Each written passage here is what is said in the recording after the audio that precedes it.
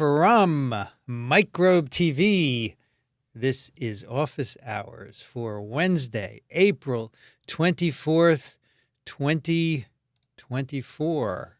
4/24/24. I'm Vincent Racaniello, and welcome to your viral corner of the internet. Hello, everybody. Get ready for another bit of learning on this Wednesday evening.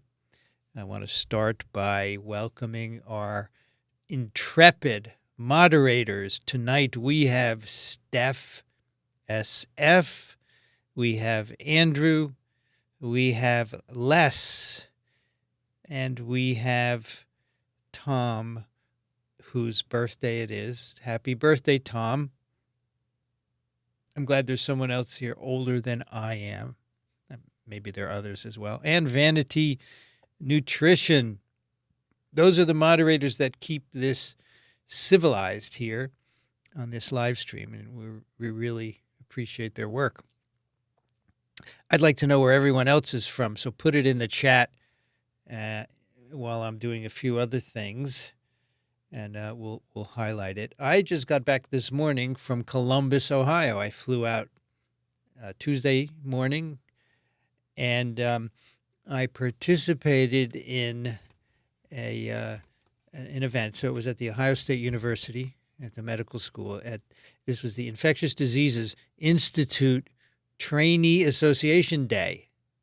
So it's a collection of students and postdocs and research assistants and PIs, principal investigators, lab heads, meeting and exchanging information. And they had a keynote speaker, which there was me. They invited me to be their keynote, and I'm really happy that I could make it, because in the spring when I teach, it's tough. So I'm going to show you a couple of pictures, but I want to shout out to them, the president of the Trainee Association, Manuka Bandari.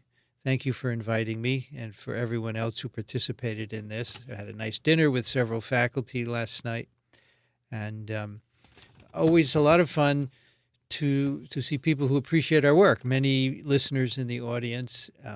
So I gave a talk about poliovirus and science communication.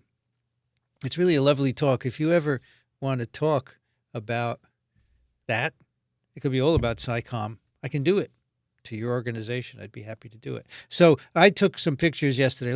Let's cue some of them up. So let's see. So this is before the event. So you can see this. It's a big room full of happy people, and that's me, of course, just before the keynote. And what else? Here's another one. A couple of participants. This dude here behind me. So I was taking a selfie with this young lady from Thailand, big fan, and then these guys photobombed. The two guys are from Nepal, and the young lady is from Thailand, which is, I think, this is what science is in the U.S.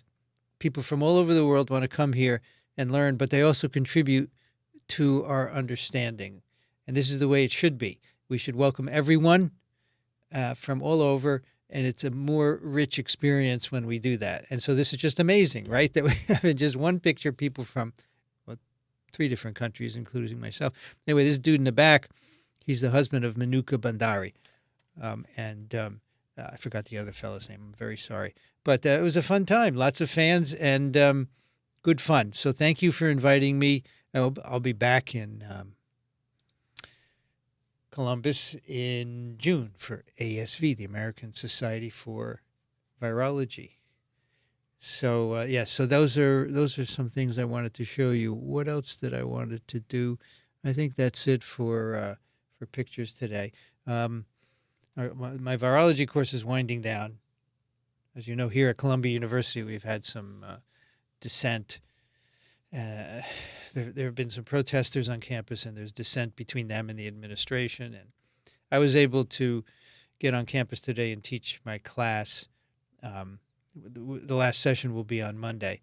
And, I think people need to be able to protest, but I need to be able to teach the world. So, I don't know how you make those two jive sometimes, because I'm very focused on what I want to do. Anyway, let's see where people are from. I'm going to do a little mini lecture tonight. We're going to finish up the talk on viruses and transformation and oncogenesis, basically, that we did last time. And tonight we have no technical hiccups so far. The internet is working. The sound is working. Maybe the sound will cut out. I can tell when that happens because my headphones. I do wear earbuds deep in the ear here. You can't see them because they're very thin wires that go around my back. And I can hear when the sound goes out. So let's see where people are from. I know where the mods are from, of course. Now, by the way, Kang is from Chicago. We're at 6 degrees and clear. What is it here now? Let's see. Let's pull up some New York City weather. Weather in Chelsea, New York. It is 16 degrees C and clear. That was a pretty nice day. Don't need an outer jacket anymore around here. So, Kang, you posted a question earlier about poliovirus. Please repost it because the earliest questions don't show up in this stream that I'm looking at here. And I'd really like to answer that. It was a good question. As you know, Andrew is from New Zealand. Steph is from San Francisco. Les is from California. Tom tonight is from the Oregon Coast Range. Frank is from Santa Barbara.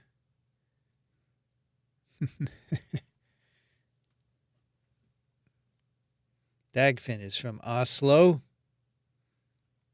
495.3 degrees Rankin.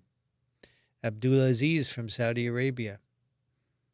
Yeah, I told Abdul, I said I was going to try some new technology tonight. I still could. I didn't really test it, but I can't do that because I got to watch the screen on this other computer, so I can't do it.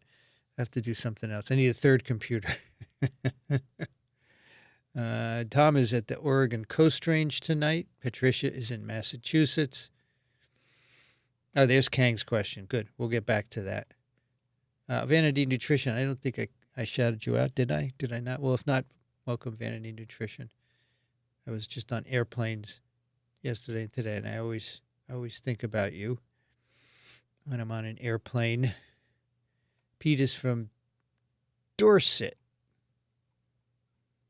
That's cool. PGL is from Massachusetts. David is from Dayton, Ohio.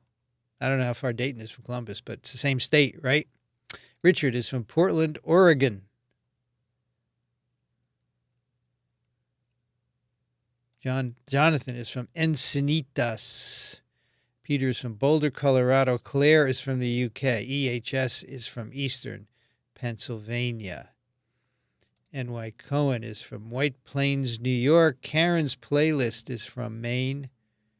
Martha's from Charleston, South Carolina. Zandaga is from Northwest Florida.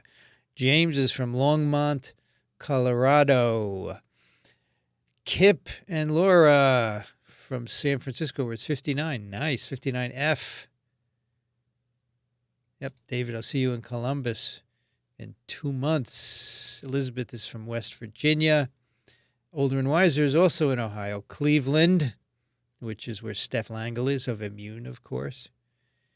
And John, he said he's absent tonight, but made his donation. Thank you, John, for contributing to science communication. If you'd like to support our work here at Microbe TV, we are a nonprofit in the U.S., so your donations would be U.S. federal tax deductible, and they would help support our work, which is to get real science out there for everyone to see, not lies, not fake science, but the real stuff by real scientists. And we have a lot of programs. We want to make more, and we need your support. So thank you, John. You can go to Microbe TV on Venmo. That's just above me there. Or you can go to microbe.tv/contribute. Lucy's from Sechelt, BC. Eliza's from Southern Ontario. Mr. Doreen is from Elgin, Illinois. Lori is from Charlottesville. Carol. Dr. Wong, our favorite nephrologist from Southern California. Elena Pravosudova. I don't know what that is, but Privyet. If you are Russian. Jan from Tucson, Arizona. This person, in characters I cannot say, is from Singapore. Looking forward to seeing you at Options 12 in Brisbane. That's like that's September. Looking forward to that too. Tona is from Long Island or Rona. Heather's from Vancouver Island. Will is from China. We just recorded Daniel Griffin's clinical update. We had an email from Will all about passive vaccination. We recorded a day earlier because Daniel is in Yosemite tonight. He's in your state of California, Les and Steph and others. Columbia is the new Berkeley. Well, we had demonstrations in the 60s. Does anyone remember Mark Rudd? He sat at the president's desk. They occupied Low Library, and they sat at the president's desk. It's an iconic photo of that, right? We could bring it up, but someone find a link to that. Rach is from the Isle of Man. Welcome. Where is Karen? She's not here. I'm sorry, she forgot. She forgot. She just called me. So I'm sorry, I forgot. It's okay. Come back next week. I'll be here. I'll be here all week. Try the veal. So Les, Mr. Doreen says his Doreen is somewhere else, but not yet on. So we'll see her later. Perpetual Sky is in Irvine, California. Markle is from the east end of Long Island. Abdul Rahman is in New York City, which is where I am. Steve and Lori are from Paso Robles, which I know is the home of lovely vineyards. Never been there, but I used to like their wines. Les is from San Jose, California, which is not far from Cupertino, right? San Jose is where Apple used to have its events, and now, of course, they have it on their own campus in Cupertino, right? Yeah, something like that. Laura, here's the other part of Kip and Laura. Thank you for your contribution to science communication. And they are in San Francisco. Dean is from Nepal. So very interesting, Dean. So 3 people, at least 3 people, maybe more in Ohio that I met yesterday were from Nepal. And, it's really interesting. Monday evening, I was taking the train home, and there was an elderly lady there who was on the wrong train, and she needed to get off at Newark and take the train back to Secaucus and then take the train she needed, but she didn't speak much English. There was a woman from China next to me who tried to talk to her, and she said, "Where are you from?" And she said, "Nepal." Oh my gosh, so like in 2 days, a bunch of Nepalese. It's so cool. I felt so bad for the lady because I said to her, "No, you have to get off here. I'll show you what train to get. I'll show you on the board. I'll bring you to your track." And she just kind of smiled at me because she didn't understand. And I got off the train, and she was still on it when it left. So I don't know if she's still riding around New Jersey now. I really feel bad. Anyway, Dean, you triggered a little story there from Nepal. Are you currently in Nepal? That's very cool. That's very cool. Let's see. What am I doing here? Why do I see 2 contributions? So we had John, we had Laura, which I just showed you, and so then we have Kip, also contributing separately. Thank you, Kip. Very kind of you to support science communication this way. Yeah, we have a lot of H5N1 questions. We'll get to them for sure. Absolutely. L.A. Hat is from L.A. Costello, you're from Ohio. I know that. I don't know where. Lori is from Colorado. 80 degrees Fahrenheit. Wow. Wow. Oh, Elena is Russian. Privyet, indeed. My one word, privyet. Actually, I know das vidanya. There's another word I learned. Hold on. Let me just get my notes.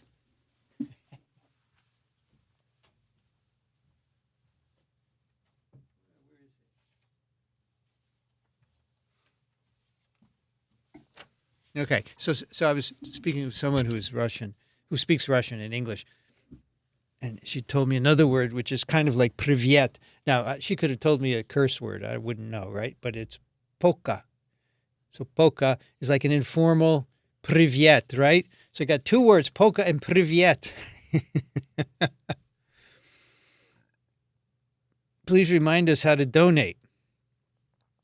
So underneath the chat, there is a little dollar sign. And you click that, and you can input your amount. SRR says, one big reason to donate via Super Chat, Google. So the thing that you donate here at YouTube is called the Super Chat, is that it drives the TWIV stream higher in the algorithm so more people get directed here. That's very interesting. Very interesting. I didn't know that. MN is from the D.C. area. Chris and Lisa are from Montreal. Chris, I'm sorry I haven't answered your recent emails, but, depending on where you want to send them, you could either send them to twiv@microbe.tv or daniel@microbe.tv. Don't use my Gmail account because I don't really check it all that much. And I will answer them. We will answer them, I promise you. Mark is from the central coast of California. Mark, when I was in Ohio, someone at dinner remembered that we used to give away Drobos. And I said, yeah, that was Mark. He got us that great deal. Thank you. James is from Austin, Texas. Patricia's from D.C. Airy Ozone is in Asheville. Dean is climbing Mount Everest. Really? Okay, so you're in Nepal then. That's very cool. Krishnan is from Malaysia. That's very cool. I was close to Malaysia. I was in Singapore once. Right. Peter said, I met a Nepalese guy in Home Depot a couple of days ago. Okay, student activist David Shapiro sitting behind University President Grayson Kirk's desk, smoking an appropriated cigar during 6-day campus uprising and protest at Columbia University in the 60s. 1968. Toda says, when I type in 1968, the first thing that Google tells me is 1968 Columbia protests. Can you tell us more about what it was like to be there then? I wasn't at Columbia in 1968. 1968, I was in high school. And then I went to Cornell in 1970 and graduated in 74. So I didn't go to Columbia as a faculty until 1982. So I don't know what it's like. I can tell you what it's like now, but everybody knows from the press reports what it's like.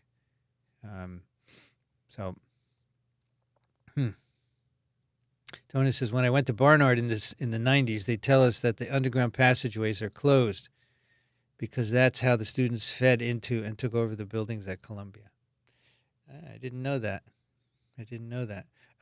Niet. That's another word, niet.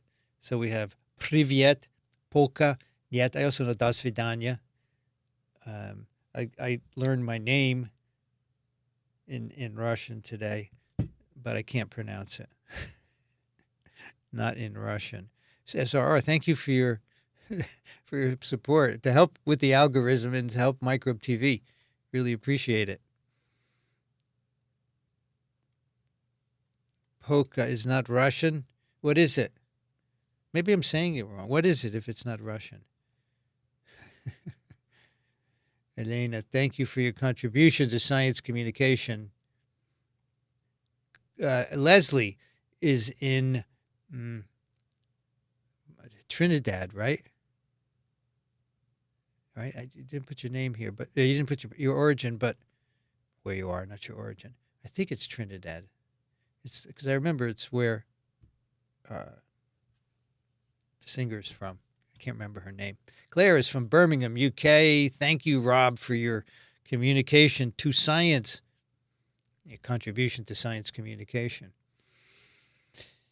Angry Penguin is from Toronto. Oh my gosh, it snowed. Oakland, Colorado. Oakland, California. What's wrong with my voice tonight? I can't say things properly. Costella says, thank you so much for being a consistent thing for us the past some years. It honestly helps so much. Thank you so much. I appreciate it. I like being a thing. Thing one, thing two. Hello, Neva from Buda, Texas. Onward, indeed onward. Elena says, polka is informal for goodbye. Stress on the second syllable. Polka. Polka. So it is Russian. Okay, so I don't feel so bad that I was duped. Polka.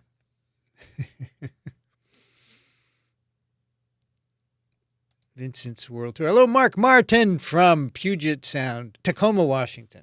University of Puget Sound in Tacoma, Washington. Yeah, there is somewhat of a world tour planned this year. Yeah. And I'm always excited to travel. And Ohio was in it. Going back to Ohio. Tom Hardy is in Utah.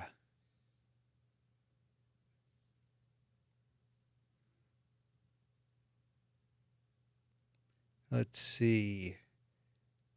Polka is Polish. Well, polka, but it's polka. You saw that Elena said polka, and there's the Russian with the Cyrillic. I don't know. I guess you call it the Russian characters for it. Is in for goodbye. Polka, polka, polka. I had to put the accent on the second syllable. Polka, polka. I like learning different languages. It's good.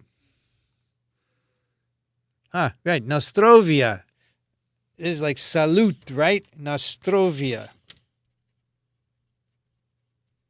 I saw a graphic on Instagram the other day that said the most used languages in the world, and it's quite interesting. Let me show it to you. Well, not show it to you. I'm going to tell you what the top languages are.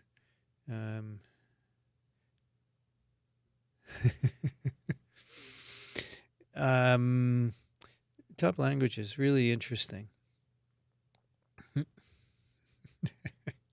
Some people like the Nepalese lady on the train. I feel bad for her. The top language, the top language, of course, is English. 1.5 billion people in the world speak English. And then the second one is Mandarin, 1.1 billion.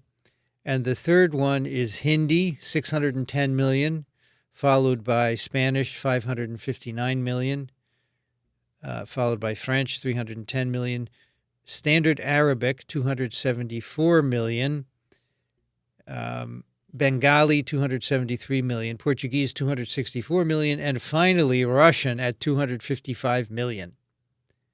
I'm kind of surprised that Russia was already down there, but there you go. But English and Mandarin, amazing, right? I love those kind of stats where you find out what's happening overall in the world. It is Russian. Poka. Brief for goodbye. That's great. Thank you so much. See, we learn a lot of things here on this program, not just about viruses. I can't find a $sign on my tablet. Can anyone help Martha? Maybe Les or someone with a tablet. Tell Martha where it is. I don't have a tablet here.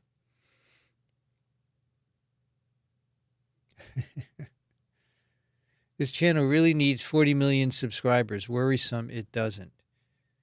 Oh, yeah, it's definitely worrisome. What is it that I saw a post on Instagram? I do like to look at Instagram to see what's hot.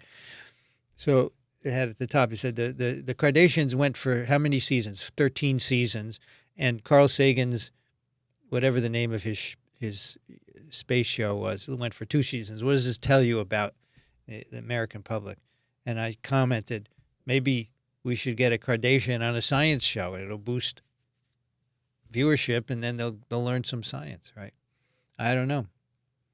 I would like to have more subscribers to our YouTube channel just so people can learn more, right? Will says, Though I'm a complete layperson, I frequently quote Vincent on Twitter, and other professors fill in my blanks and generally confirm what I've learned from you. Thank you very much. I appreciate it.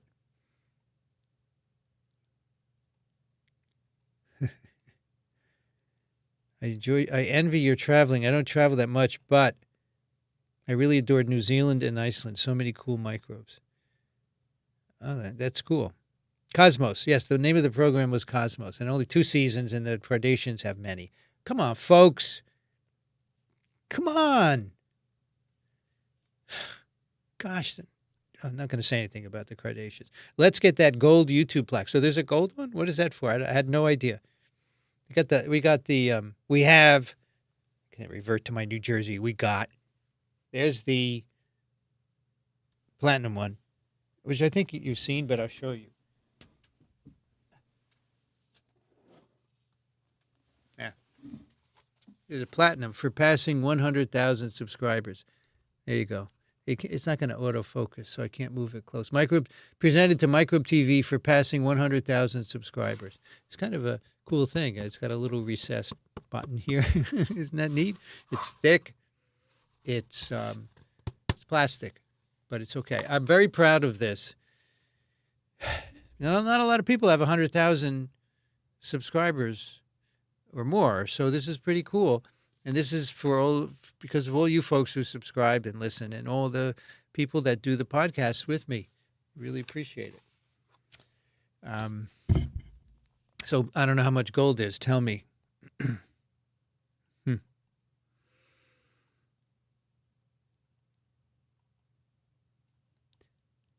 Here, Perpetual Sky says, after the collapse of the Soviet Empire, people in the former Soviet republics of Central Asia and Eastern Europe have increasingly been learning their own languages, except in Russia and Belarus.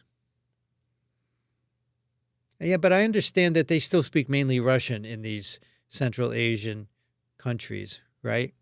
Like, well, in Georgia, they speak Georgian. But they can also understand Russian. Kyrgyzstan and Kazakhstan and Tajikistan, they're all speaking Russian. I mean, even in Mongolia, they speak Russian. There is Mongolian language, but they speak Russian too. So that's why I'm surprised that it's so few. Unless they don't count. I don't know. I don't get it. I was surprised at that. So, I mean, I've been told that in these countries, the local language is dying, right? And most people are speaking Russian, but what do I know? This is the first time I've seen comments at the same time there's a live stream. There are always comments, Patricia. Yeah, I mean, there's comments on if you go to the video now, the stream, you'll see the comments there. And then, let me go myself, and I can tell you where here it's streaming here. I'll click on it. And the $sign is, so the comments are all to the right in a column, and the $sign is below it. Yeah. It looks pretty good. Look at that video. Nice. I never really look at that. I have a different view here. But anyway, there is definitely there are comments, and I select some of them, and that's how they appear here below me. See, right below when I select it. Comments are from a previously watched YouTube video. That must be something on your end. I don't know. I am still I am still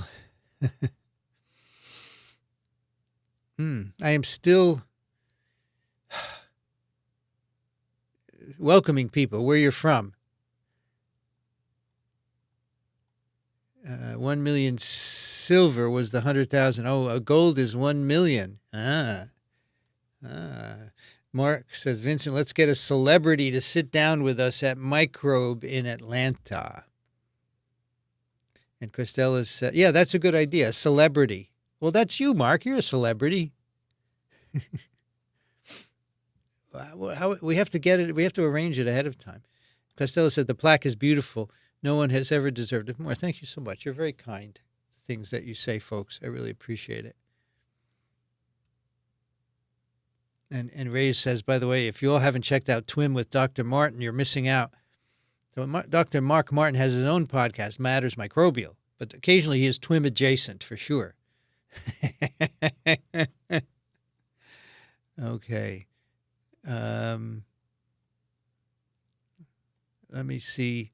Oh, Dr. Tanya Bro Shropshire from Birmingham. Dr. Shropshire. Dr. Bo Shropshire, you once said something that I continually repeat, and it is, there are two kinds of knowledge: the kind you keep in your head and the kind you know where to look for, that you have to look up. I think that is so perfect. You don't need to keep everything in your head. You only need to keep some in your head, and the others you know where to look for. That's what I do with people say, "What's this?" I say, "Well, I know exactly where to look for that," and that's a gift. And thank you, Dr. Bro Shropshire, for telling me that. I mean, last year or 2 years ago, I'll never forget. Very cool. Let's see. Walter, working with Nepalis here in Massachusetts at FedEx. They even got me with the red dot. That's funny. And he says, I would love a reaction video of Vincent watching a Kardashian episode. I've never watched one. We're thinking of doing some reaction stuff. And Karen wants me to do reaction videos. And she will tell me what she's going to play and just play it and get my reaction. That could be cool, right? That could be very cool. Thank you, Doreen. Welcome here. And thank you for your contribution to science communication. Reporting from my weekly knowledge bomb. Hit me. We're going to hit you with a mini lecture, and then we're going to answer questions, and you'll be sure to be smarter when you leave tonight. Definitely. Definitely. Oh, yes, we'll get to that. Helen is from Research Triangle Park, North Carolina. And Abdul Aziz says, thank you for your contribution. Salam means hi. Interesting. Very interesting.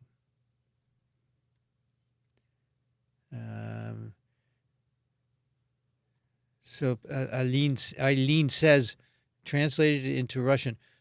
So I have someone in Russia, in Moscow. This is very Nika, who's not here tonight. Is going to translate my lectures into Russian. This live stream, I can't. I'm sorry, I can't do that. But the lectures will definitely be in Russian, and you can take a look at it for sure. Is Karen feeling better? Yes, she's better from last week, but this week she just forgot to come back here. Nebby is from Central Florida. And Tona says, Amy on a reaction video would be R-rated. I don't know. Maybe it wasn't always R-rated. Amy, no, that would be fun. I would love to do a reaction with Amy. That would be fun. Because if you remember Q&A, it was a lot of fun. And Pete says, the problem is forgetting where you used to know where to look for the knowledge. Well, that's the thing. It is a kind of knowledge itself to know where to look for it, right? So it's not like you have to remember. It's that you've looked it up enough so that you remember, and that's part of the trick. And I think that Dr. Bro Shropshire understands that. All right, so that's everyone tonight. 170 of you, and your 90 likes. So please hit the like button. It's also underneath the video. Why do I want you to hit the like button? Because it may attract more people here tonight. And it's not that I need to have likes for my gratification or for my ego. I need them to attract people to what I think is an informative program and can teach you a lot of things. So let's do some didactism. Well, I guess this is all didactism, right? But let's do a mini lecture. I think you'll like this. If you liked the transformation oncogenesis last time, you're going to like this. Let's see how to do this. I think I've already forgotten. So I'm going to turn on the screen share, and that is going to bring this here. So now I have to make it like full screen. No, this is no good. Darn, every time I do this, I forget, We're going to make it really big. Oh, and the other thing is I have to turn on me. I have to not turn on me, but, turn on the video of me so you can see me. And there it is. And I think I can get rid of the format place. Okay, so I think this is it. This is transformation and oncogenesis. I'm watching myself on the preview rearrange it. Looks good, right? It's big enough, I think, to see. And I have all the navigation on the left. All right, so this is about transformation and oncogenesis. Last time, we talked about the study of retroviruses, in particular Rous sarcoma virus and others, that led to our understanding of cell growth control. In parallel, really roughly, DNA viruses were found to transform cells, and they were studied, and that provides different insight, but also about cell growth control, and I want to tell you about that today. So this story begins in 1933 when Richard Shope, Robert was his son, he discovers a DNA viruses that causes warts or papillomas in cottontail rabbits. So a papilloma is another name for a wart. And these are rabbit. So these viruses infect rabbits, cottontail rabbits, and they give them these huge warts on their faces. So you see them growing out of their foreheads and chins and noses. This guy on the right, he looks pissed off. Right? Look at the eye. He looks pissed off. But these don't hurt the rabbit, by the way. They fall off eventually. However, I believe this is what a jackalope is. A jackalope is a mythical creature, a cross between a jackrabbit and an antelope. People probably see these rabbits at a distance and they go, oh my gosh, it's a cross between a rabbit and an antelope. But it's not. It's a rabbit with papillomas. Anyway, Shope said there's a virus that causes this. These are benign tumors, right? These are cells dividing uncontrollably. So, and the virus, the papilloma virus, is a DNA virus. And there are many of them that cause papillomas in many species, including humans. We have human papilloma viruses. Now, the funny thing is, let me take a little diversion. So a year ago, there was a concert here in New York called the Feast of the Jackalope. And look at this. So this is obviously a reconstruction of the Last Supper. L'ultima cena, the Last Supper. And look, there's a jackalope here, which is supposed to, this is where JC would be sitting, but it's a jackalope. So you got rabbit ears and antlers. So this is the mythical creature, which is none other than a rabbit with papillomas. But the cool thing about this concert was that my son, who is an amateur disc jockey, his stage name is Ira. He played at it. And this is cool because years ago I taught him that HeLa cells were named after Henrietta Lacks, the first two letters of her first and last name. So he has taken Ira as his DJ name because, Racaniello and his first name is Aiden. How cool is that? So it brings a lot of things together because papilloma viruses are involved in this jackalope, but we're going to get back to that in terms of HeLa cells. Anyway, in 1953, Ludwig Gross discovered murine polyoma viruses that cause rare tumors under certain conditions. So this is Ludwig here in his lab. And what I love about this is that all of his mouse cages are handmade out of wood. If you do any mouse work today, you know that the cages are all molded plastic, completely boring but functional. And these are all someone made these by hand. I just think that's lovely. Anyway, he identified a mouse polyoma virus. So it's similar to a papilloma virus, but it's a different family. And these are natural hosts of these viruses are mice, but they don't cause cancer in mice. They cause tumors of many tissues. That's why they're called polyoma in hamsters, rats, and rabbits. So that's interesting, the wrong host, right? So that's a theme. We're going to come back to that in a moment. And then finally in 1960s, Maurice Hilleman and Bernice Eddy found that the early polio vaccines contained SV40, another polyoma virus. This virus is present in the non-human primates that were used to make the polio vaccine. And so it was inadvertently given to many, many millions of Americans, but he found it causes rare tumors in newborn hamsters. So the natural host is the monkey. It doesn't cause any tumors in the monkey, doesn't transform monkey cells, but it will it will cause tumors in the wrong host. Again, similar story as for the polyomas of Ludwig Gross. All right, so here's a summary of this. What we have here, we have in this table species, the SV40 and mouse polyoma. So if we infect different species with the two viruses, what happens? So if you take monkey cells and you infect them with SV40, they're fully permissive. The virus gets in, it multiplies, it lyses the cells, and new virus particles are produced. It's the natural host for the virus. If you take mouse polyoma virus and infect monkey cells, the cells are non-permissive. That is, the virus does not replicate at all. If you take SV40 in mouse cells, it's non-permissive. In mouse polyoma, mouse is permissive. It's a natural host, just like SV40 in monkeys.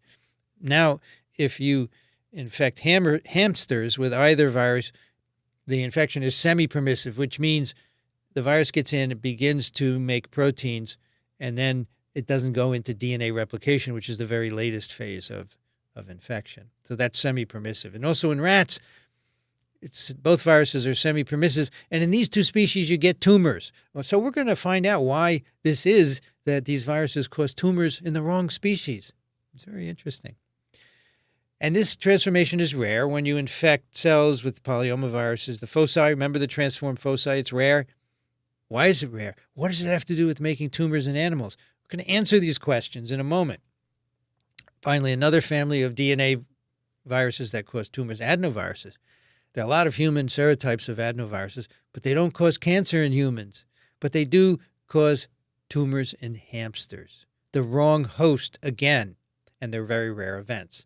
All right, so what's going on here? A key finding by people studying all these viruses was that in tumors and transformed cells, so tumors caused by these viruses and cells transformed by these viruses, there are viral proteins. They're called T antigens. T stands for tumor or transform. And for SV40, they're called large and small t. For polyoma, large, middle, and small t. For papillomas, they're encoded by the E6 and E7 genes. And for adenoviruses, they're called E1A and E1B. They're all different proteins, but it's the only protein that is present in the transformed cell and in the tumor. And these T antigens for all these viruses are essential. They're needed for replication. They activate transcription. They're required for DNA synthesis. But they are the only viral genes always retained in tumor cells or transformed cells. And in fact, if you take T antigen alone and put it into cells, if you put a DNA encoding T antigen and put it in cells, it will transform them, which means they divide forever. Okay, so here's the takeaway. T antigens make cells divide forever. They get transformed and they're on the road to cancer. Finally, here's some more discoveries that were made that linked all of this together. First of all, the T antigen of SV40 was found to bind a cell protein of 53,000 Daltons. This is today called P53. It's incredibly important. In many, many human cancers, it's mutated. Secondly, the adenovirus early genes need a cell protein to be transcribed into mRNA. It's called E2F. And E2F binds a cell protein called RB, retinoblastoma. So P53, RB, and E2F are critical players in controlling the normal cell cycle. What's the cell cycle, you say? All right, so cells divide. It runs every 24 hours, right? You start with a cell, and it goes through some machinations to separate the chromosomes, and it splits into two. And to do this, you have to reproduce the DNA, and that happens in this 24-hour cycle. So M is mitosis, where the cells actually split apart. But there's a period of growth. Then there's a synthesis phase where it replicates the DNA. So now you have twice the needed number of DNAs, of chromosomes, and then more growth, and then finally cell division. So you split those DNAs up among two cells, and then the cell has to grow again because it's kind of small because it's split in two. All right. So this is a controlled cycle, and there are restriction points at the beginning and at this point down here on the right. And if you remember, the decision to start the cycle is controlled by the detectors and signaling proteins that are oncogenes carried by transforming retroviruses. So there's those input at the top here and start the cell going through mitosis. But there's a second restriction point down here. If conditions aren't right in this cell, the growth arrests and it never goes through mitosis again. And the protein that regulates that is RB. So RB is called a restriction point protein here. And RB was discovered because in kids below the age of 5, they can have retinal tumors. These are tumors that arise from retinoblasts, and they lack both copies of the RB gene. Those tumors have no RB, and that's why the kids develop the tumors. So that's telling us that RB is important for cell cycle control, and it actually acts at here. And then if the kids lose RB, then the cells keep dividing forever, and as you know, that's on the road to cancer. So I know this is a complicated slide, but I want to explain to you how this whole process works. So here's a cell membrane here, and there's a receptor on the surface. And let's say there are growth factors in the cell. They bind receptors, and then there's a series of events happening of protein-protein phosphorylation, and eventually turning on the transcription of genes in the nucleus that are needed for cell division, DNA synthesis genes and others. And part of that activity is to phosphorylate RB. These genes up here from the receptor all the way down to the nucleus, those were identified in transforming retroviruses.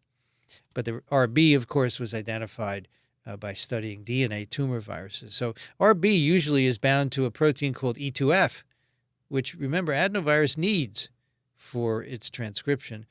But this protein E2F is also needed for the transcription of genes that are involved in DNA synthesis and cell division. So normally, most cells don't divide, so E2F is bound up by RB. When the cells are going to divide, they can phosphorylate RB. It pops it off of E2F, and now they can induce the synthesis of genes that are needed for mitosis, basically.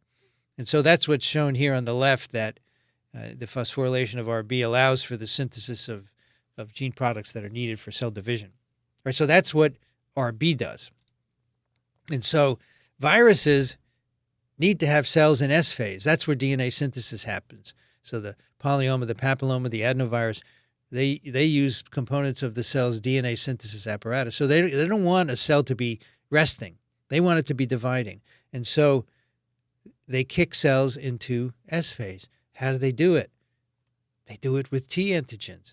The T antigens kick quiescent, non-replicating cells into S phase.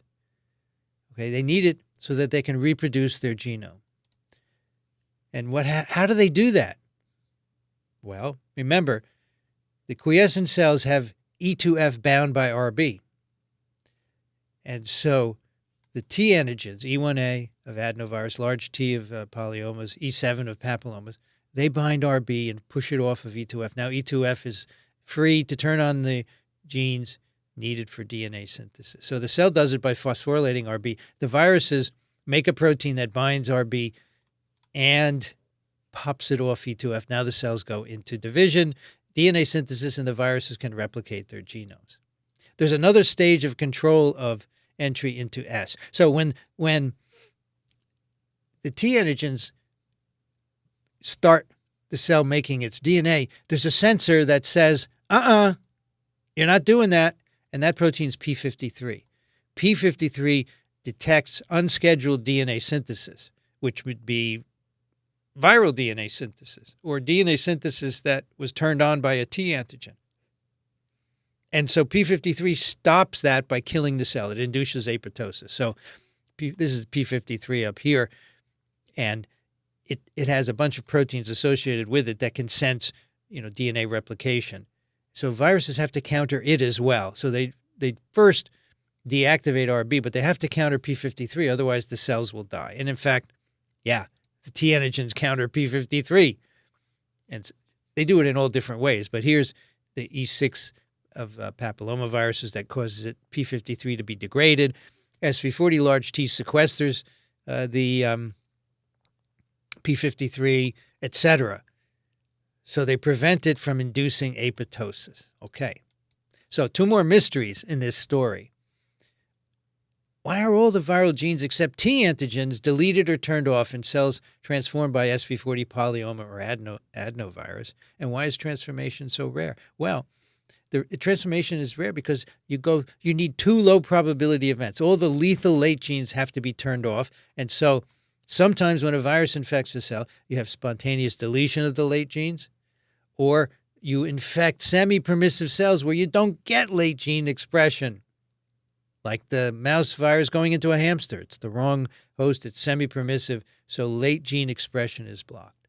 And secondly, the T antigen has to be on all the time, and it has to be in every cell. So the DNA must integrate. So those are 2 low probability events, and that's why transformation is rare. So basically, these DNA quote-unquote tumor viruses are not really. They make a protein that makes cells divide. And sometimes, well, in the wrong host, there's no lysis of the cells, and the T antigen gene can get integrated randomly into the genome, and the cells keep dividing forever.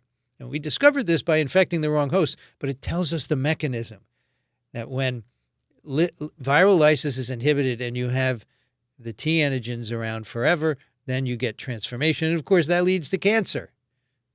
It's amazing. So transformation is an epiphenomena of a unique reproductive cycle. So DNA tumor viruses must start the cell synthetic machinery to make DNA. So T antigens turn on the cell cycle by inactivating RB, and they inactivate P53 to block apoptosis. And the cells then keep dividing. They're transformed. They're on their way to becoming cancer cells. And so what about HeLa cells and Henrietta Lacks? So this explains it totally. So remember, Henrietta Lacks had a cervical tumor, which was excised, a piece of it put in culture, and it became HeLa cells that grow forever. They're transformed. When we sequenced the genome of HeLa cells, we found the integration of HPV 18 and chromosome 18, human papillomavirus. And the only intact genes were E7, which binds RB, and E6, which degrades P53. That's why she got a tumor. She's a sexually transmitted virus. She acquired it. It infected her epithelium in the cervix, and a random event led to integration of the DNA, and only these 2 genes were intact, but they made the cells divide forever, and they eventually became a cancer. This is a rare event in infected individuals. Nearly everyone is infected with HPVs in the U.S., and there are just 7,000 cervical cancer deaths. I mean, I shouldn't say just, because that's 7,000 too many, which are all preventable by a vaccine against this virus now. But that's the mechanism, that the 2 T antigens antagonize RB and P53, and that's what you need to make cells live forever. So here's a summary of all this, and then I'll stop. So this transformation by RNA and DNA tumor viruses are products of a unique reproduction cycle, right? Tumor viruses, RNA tumor viruses integrate into host DNA, and they pick up an oncogene or go next to one, and DNA tumor viruses turn on the cell cycle. And by studying these viruses, we learned about the GOS signal at the top here just before mitosis, and we learned about the restriction point down here by studying DNA tumor viruses in RB and P53. So that's the story I wanted to tell you tonight about how DNA tumor viruses transform cells, and this is illuminated further, this cell growth control pathway. And the amazing thing about this story, it really begins with a chicken, when Rouse gets this chicken with a tumor back in 1908. And from there, it snowballs into our present understanding. So that's what I wanted to tell you about DNA tumor viruses. I think it's so cool. So cool. All right. Let's answer some questions. No snafus yet, folks. It's cool. We have 178 listeners, 137 likes. Thank you very much for liking.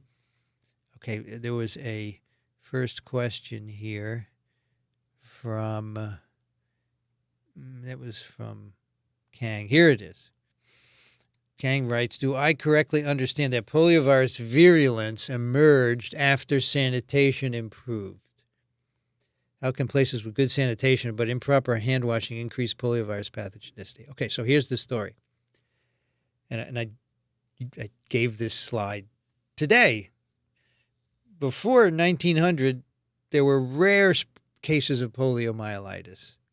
You know, here and there you would see them in the medical record, but never any outbreaks. And suddenly in 1900, you began to see bigger and bigger outbreaks of epidemic poliomyelitis. So the pattern of infection changed. So what caused that? It turns out that before 1900, well, we didn't have toilets and sewers. And so people would use bedpans and then throw the excrement out on the streets in the morning. And there was poop everywhere. And babies got infected with poliovirus shortly after birth because it's transmitted in poop, feces, poop, right? But they were protected from getting disease by the antibodies their mothers had given them. Antibodies are transferred across the placenta, right? So the babies got infected with poliovirus, but because of fecal contamination being everywhere, it was on everyone's hands, right? They didn't get disease. They got infected, but they didn't get disease. They were protected from getting disease because of their mother's antibodies. Now, in 1900, what happens? We invent the toilet, we invent sewers, and we remove feces from people's daily lives. We're not going to contact it anymore. So kids are no longer being infected at birth. They're being infected years later, and now you have thousands of kids who are susceptible. They no longer have mother's antibodies.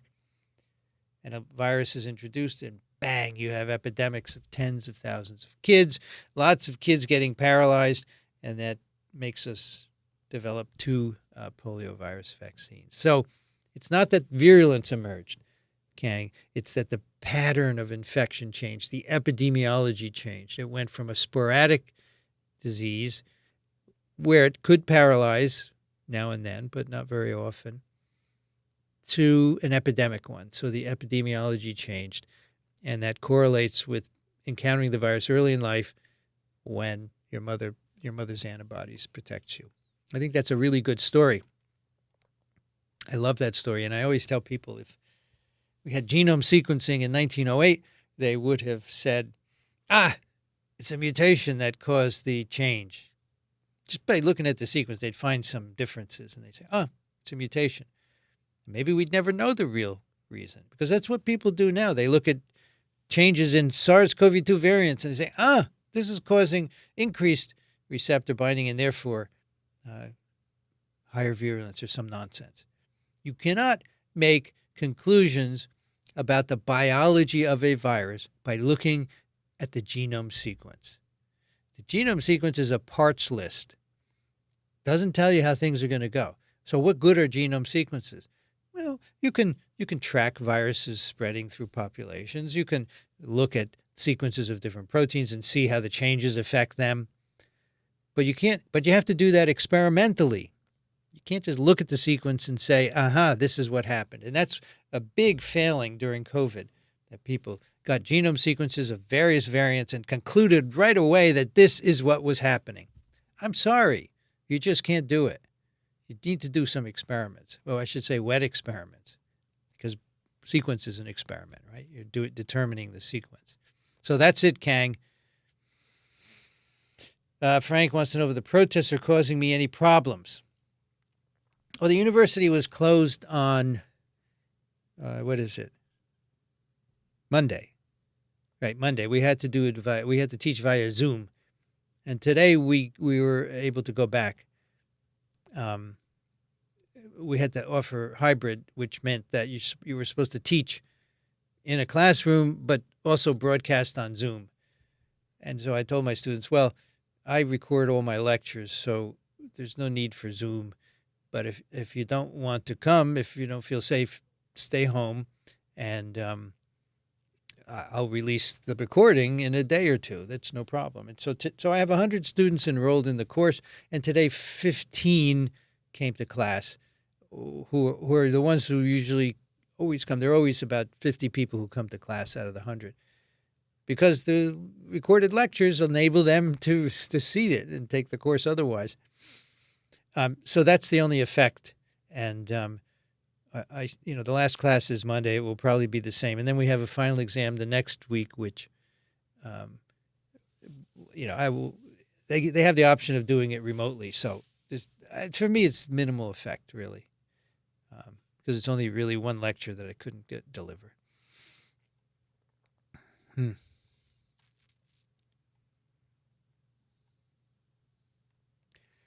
I'm just scrolling down here through these questions.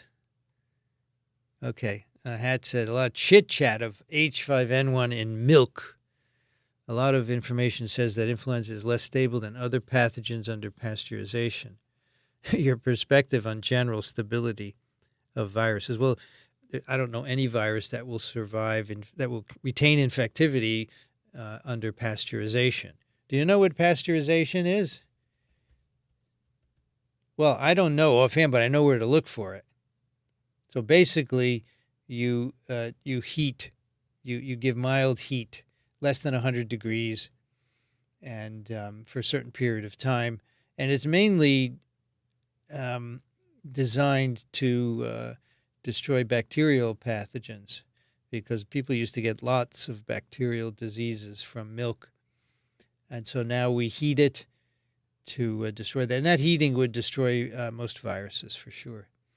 Now, including influenza H5N1. So I'm not concerned about getting influenza H5N1 from cow milk, as long as you drink pasteurized milk. There are a lot of people, and I think someone was here last time, who said he drinks raw milk. And it's kind of or maybe that was a TWIV question. Yeah, that was a question on TWIV. That's kind of risky, right? Because I don't know if there's actually infectious H5N1 in milk. No one's looked yet. No one's done a plaque assay. They've done PCR. But if there is, let's say it's infectious, you're drinking unpasteurized milk, it could aerosolize during the drinking and infect your upper tract. But I'm more concerned of virus going from cows to the cow handlers, and then the handlers spread it to other people. So far, we don't see person-to-person spread. And I understand there have been a number of human cases, but they're mostly upper tract and conjunctivitis, because the eye actually has receptors for avian H5N1 influenza viruses.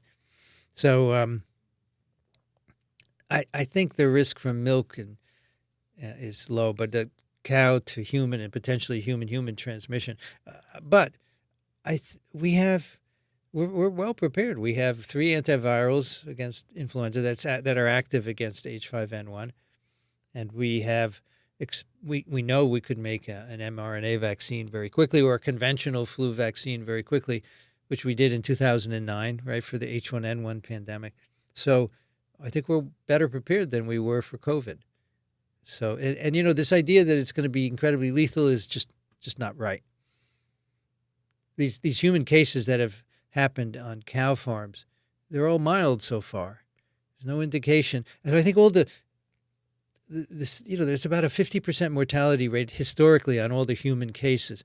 But I think those are the most severe cases where people go to hospital and half of them end up dying. So I think there are a lot of asymptomatic or mildly symptomatic cases that we haven't counted, which would bring that number way down. So I'm not concerned about the lethality. I'm concerned about having a new pandemic virus spreading throughout the world and trashing society again, but I do think we're in a better position to handle that. Whether it happens or not, no idea. Nobody can predict. And if someone does, they're wrong. But it could be 50% right. There is or there's not going to be a pandemic. And those are pretty good odds to be 50% right on something, right? Yeah, here's another one. Yesterday, in the Times said the virus particles are dead, inactive. So maybe someone did an infectivity assay, and they're not infectious. So that reduces the risk. But again, I still think we have to be careful. Kang says, addendum, how bad would the sanitation have to be to lower the rate? It would have to be, I don't know. That's a good number. That's a good question. I don't know, because we can't do an experiment to address it, right? And also, we have vaccination, so I don't think we can do that experiment anymore. But I mean, I would say that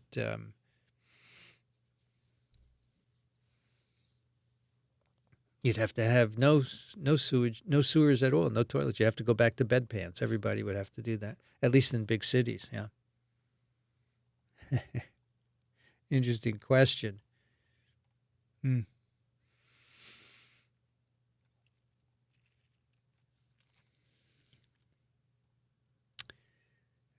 Carol says, am I correct that a vaccine for H5N1 in humans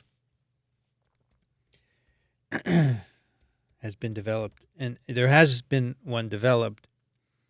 It was developed some time ago.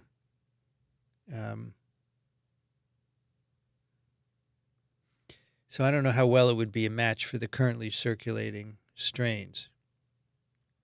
So I have an article here from University of Nebraska that 3 H5N1's vaccines for humans have already been developed and approved in the U.S. But, they haven't been tested because there hasn't been an outbreak of H5N1 to test them. So I don't know what this means by approved. However, there is a stockpile of these vaccines. So if there were an emergency, the stockpile would be released. But also other people are developing H5N1 vaccine. So you can bet that if the virus began to circulate extensively, showing human-to-human transmission, then we would see release of the stockpile. Much like we saw release of the smallpox vaccine to treat cases of Mpox or to prevent cases of Mpox. That was part of the national strategic stockpile, and those were released. So I think that would be the similar situation with H5N1, right? Curly Dog is planning on getting a Pfizer mRNA vaccination and wants to know if it will exaggerate psoriatic arthritis.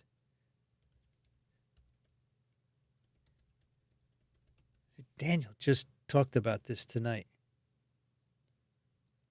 So there are some reports of that being exacerbated after mRNA vaccination. Yeah.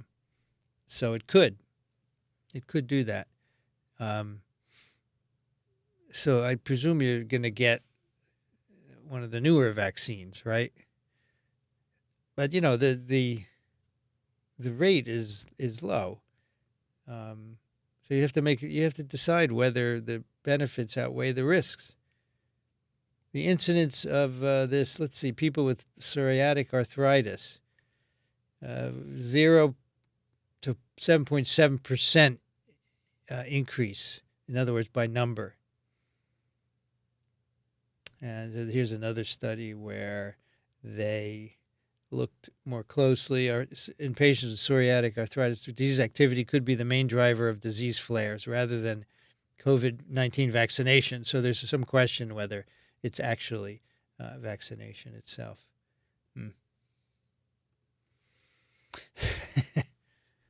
That's my take.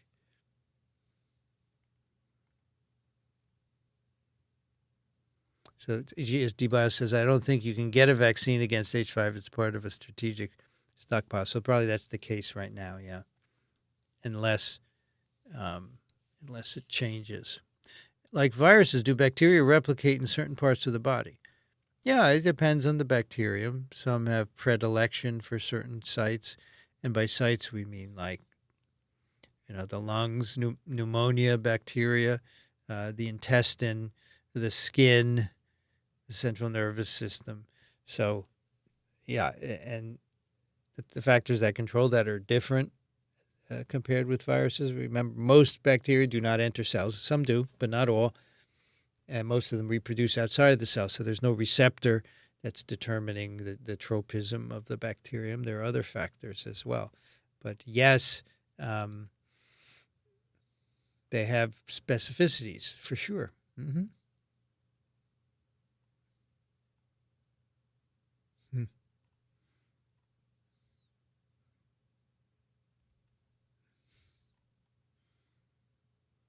Read this morning that cacao trees in Africa are being threatened by a virus, but a vaccine is available. How do tree vaccines work? Let's look it up. Cacao virus. Cacao swollen shoot virus. I don't know if that's the one that you're talking about. This causes a problem in cacao. Let's see if there's a vaccine. How do you vaccinate a tree? Which arm do you do it in? Do you do it in the same arm afterwards? Vaccines. How do we? Cacao. Vaccines for cacao trees could save West Africa's chocolate trade. Look at that. A rapidly spreading virus is jeopardizing the global supply of chocolate. But vaccinating trees could help. First of all, that would be tragic if chocolate supplies were impacted, right? We don't want that to happen.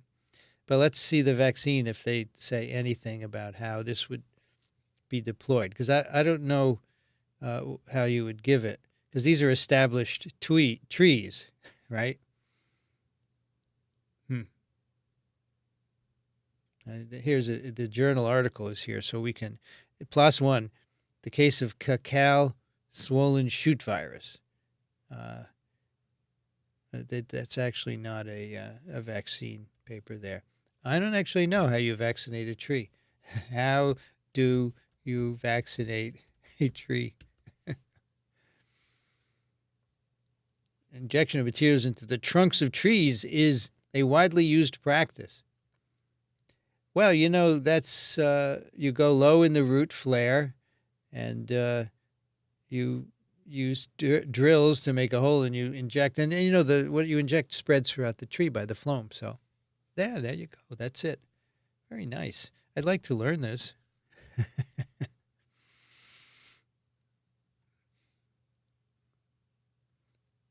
Okay. Cacao trees, very interesting. What we have next? Soviet Empire that we already did. Comments. Raise 11 said, have to admit I'm only on lecture 6 of virology class, and I'm feeling like my 33 years out from college, biology, chemistry, physics, etc. is showing. I'm good at memorizing still, but missing understanding. I'm sorry about that.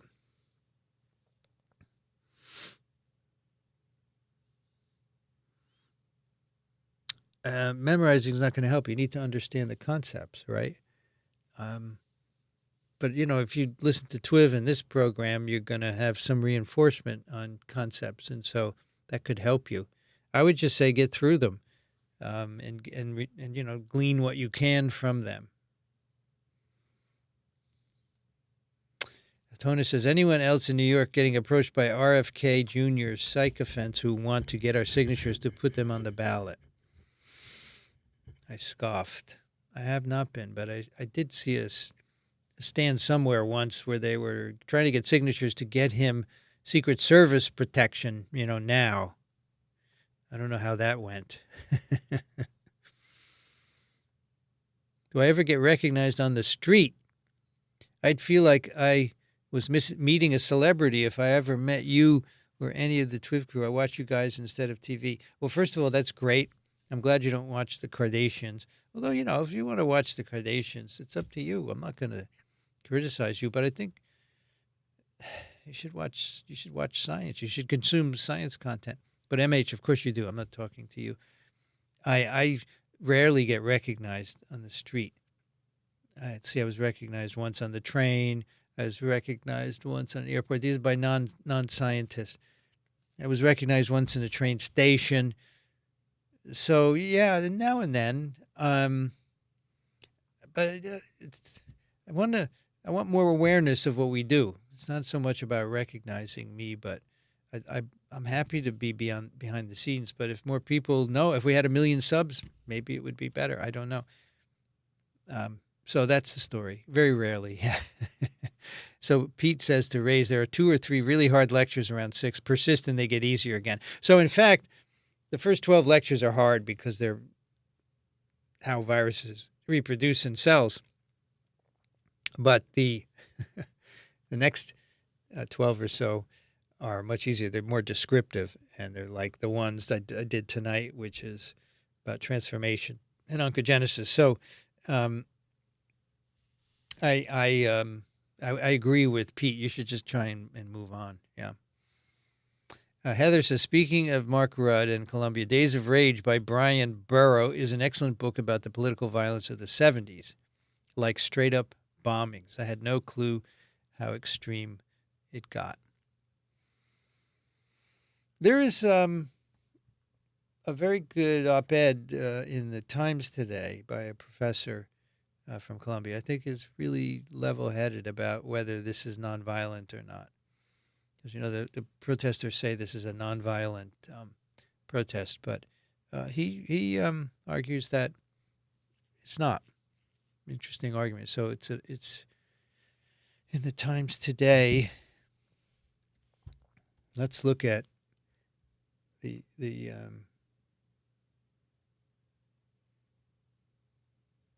name of this guy. Let me see if I can find it very quickly for you.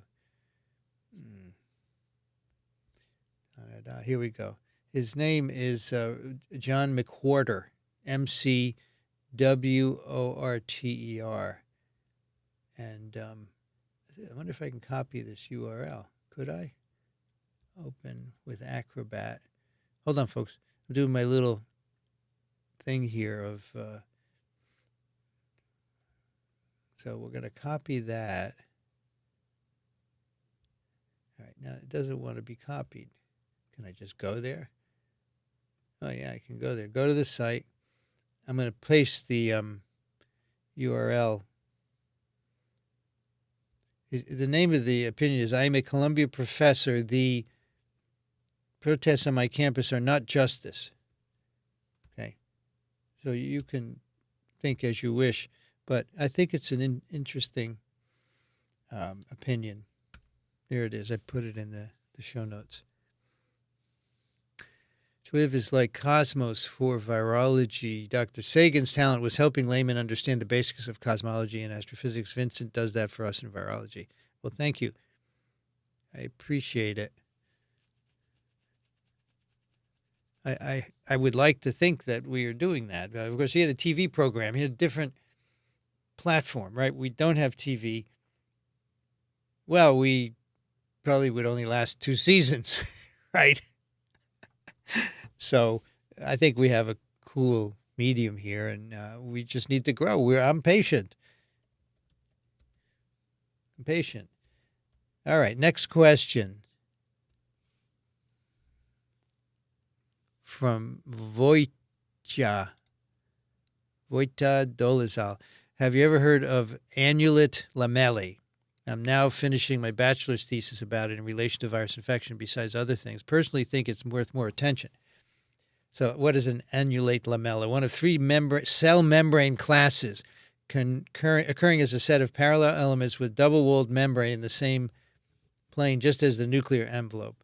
These lamella have pore complexes which are identical to those of the nuclear envelope. It's arranged in a highly ordered structure with regular spacing.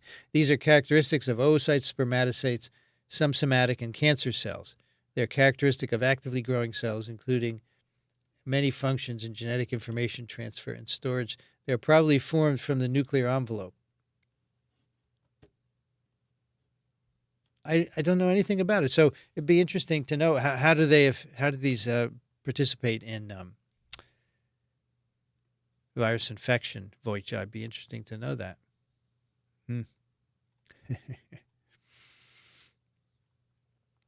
Loving one of Vince's guests, Debunk the Funk. He destroys the Japanese study that's being used to spread more vaccine information. So, yes, Debunk the Funk, Dan Wilson, does a different thing from what we do. He takes claims and tells you why they're fake, and that's something that we don't do. And we want to explain science, and we needed someone to do that. And he does a really good job. So he was on it, and he was on Twiv, and you should check him out. Debunk the Funk. Angry Penguin recently saw my interview with Lex Friedman from 2 years ago. Yeah, you should check it out. I think it's pretty good. Actually, a number of people yesterday told me that they found me on Lex Friedman. A lot of people do. They find me on Lex Friedman because either Lex Friedman or Malcolm Gladwell. So it's always good to appear on other programs. I'm happy to do that.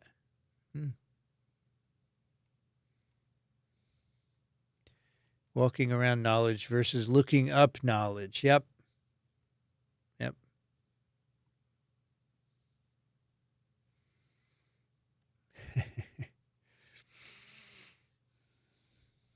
Bobby writes, given the changes in the over 310 pango lineages since Omicron was first classified, why haven't any been classified as new variants of concern? Has the criteria changed? No, I think the issue is that we have high population immunity, which is tempering any concern, and they are antigenically diverse, but there's no indication that they are as immune evasive as the original Omicron was. So I think that's why we don't have new variant VOCs. I frankly don't know why we had to worry about VOCs anyway. You just get vaccinated and you would be protected against severe disease unless you were elderly with comorbidities, in which case you take antivirals. So what is the point of, I mean, I can see studying variants of concern to understand how they arose and their properties and so forth. But in terms of public health response, well, for a couple of years, we had one vaccine. We just said, okay, get 3 doses and that'll take care of it. Then Omicron comes and more people get sick because it's immune evasive. What are you going to do? So public health authorities made a new vaccine, an Omicron-matched vaccine. Not clear that this is much better, but I don't know what you do. For flu, it's clear when there's a new variant, an immune-evasive variant every year, you make a new vaccine, and that sometimes catches it. But it's not clear to me at all that this is what we need to do with COVID. So the whole fascination with the whole, what's the word I'm looking for? The whole obsession with variants doesn't make a lot of sense to me. Anyway, but I talked about that a lot. Amy does not suffer fools. Absolutely. She's highly critical because she knows what is correct and she feels that everyone should follow that. I think it's reasonable. Maureen is from Portland, Oregon. We didn't catch you before.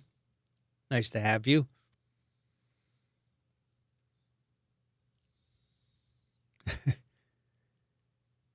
Yes, the warts. There were warts on the rabbit's head. They're just growing long. You think it's scary? Yeah, they're long warts. They don't harm the rabbits. They fall off at some point, right? Sometimes humans can grow horns, though I don't know that it would be a papilloma. I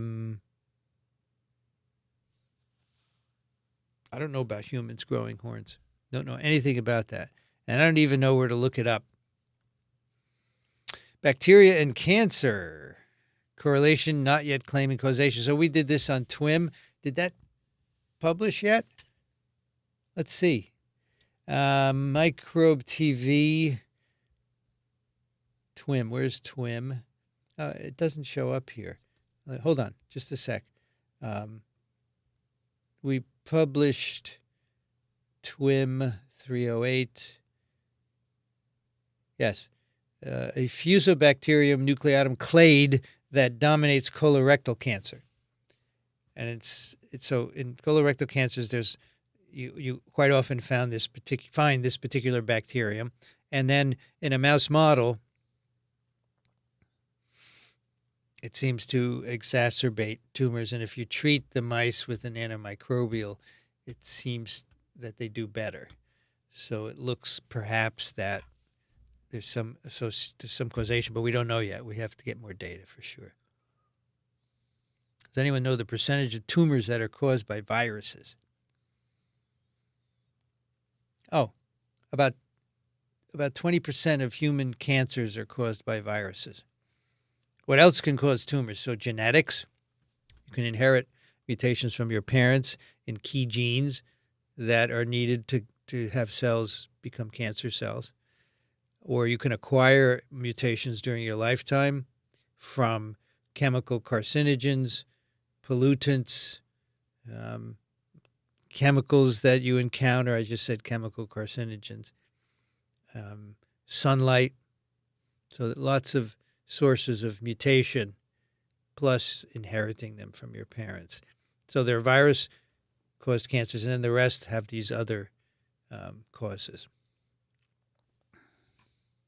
How does the T antigen work? Oh, T antigen is actually the best studied protein in the world, in my opinion. It's got so many functions. And in terms of making the cells divide, well, it binds RB, and that turns the cell cycle on, because normally RB is causing the cells not to divide. And T antigen simply binds RB, and now all the genes that are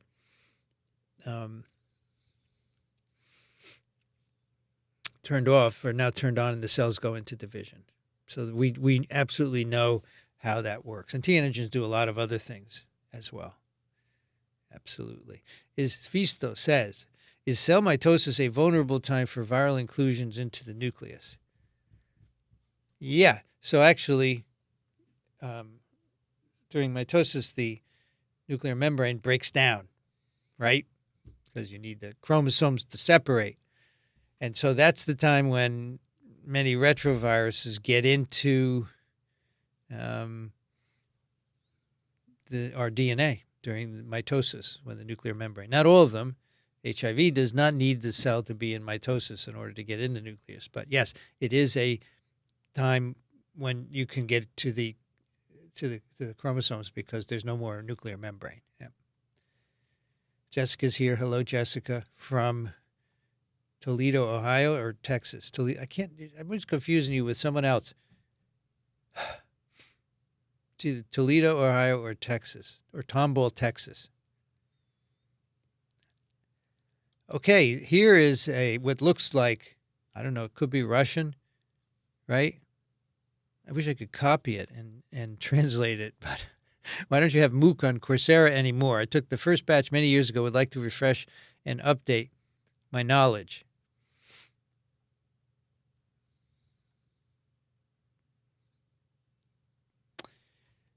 So it's a long, complicated story, but I put the virology course on Coursera years ago, and then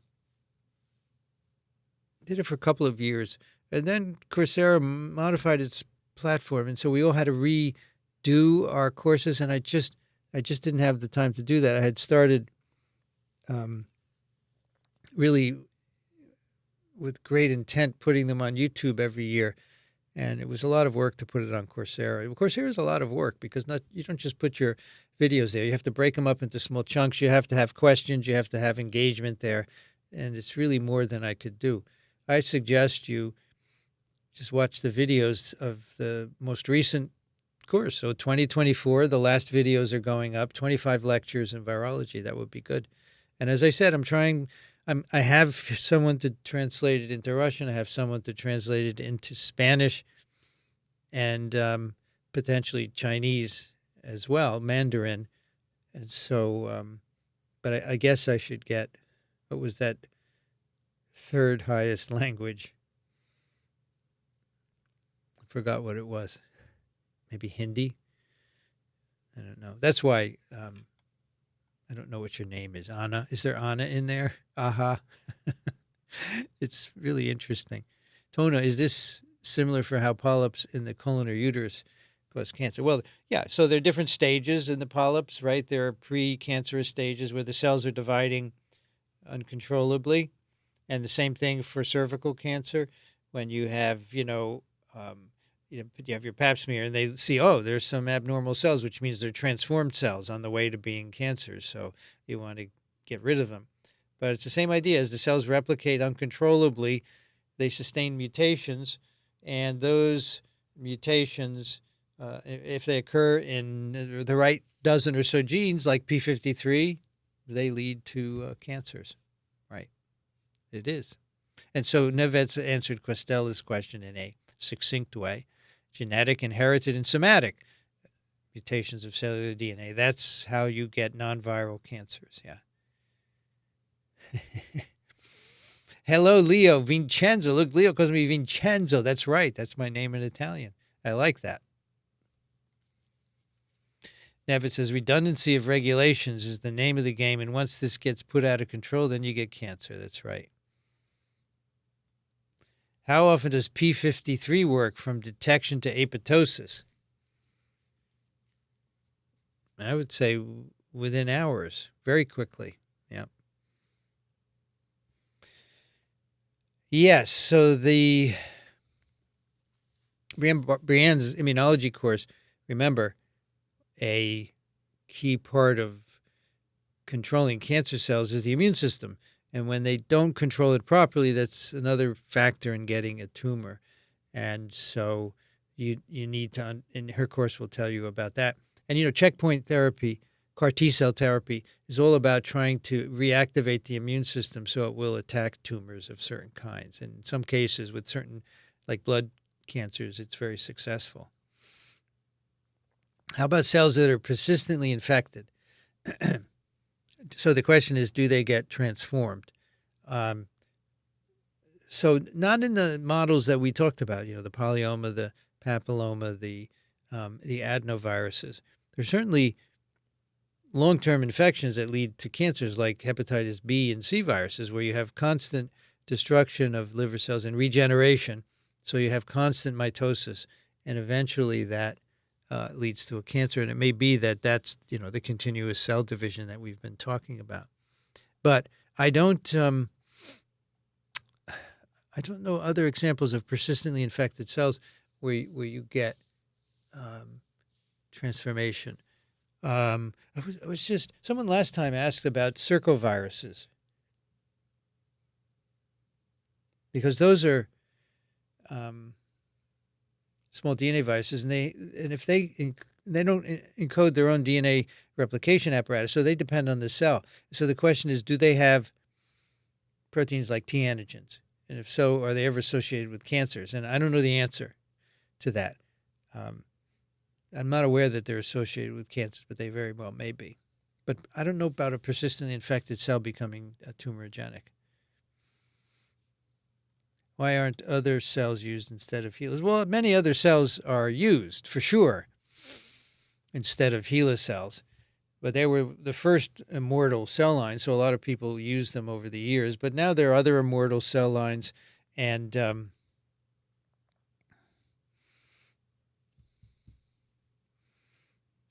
other cell types as well, for sure. There are plenty more, and many of them are no longer immortal and transformed, so they're not aberrant, right? But we can make all kinds of cells from different tissues and make them live for a good amount of time. We can make cultures from stem cells and make them basically anything we want. So cell culture technology is really amazing. So yes, it's not just HeLas anymore, for sure. What is it about pigs which makes it possible H5 infection and then more dangerous to humans compared to cattle? Well, I don't know why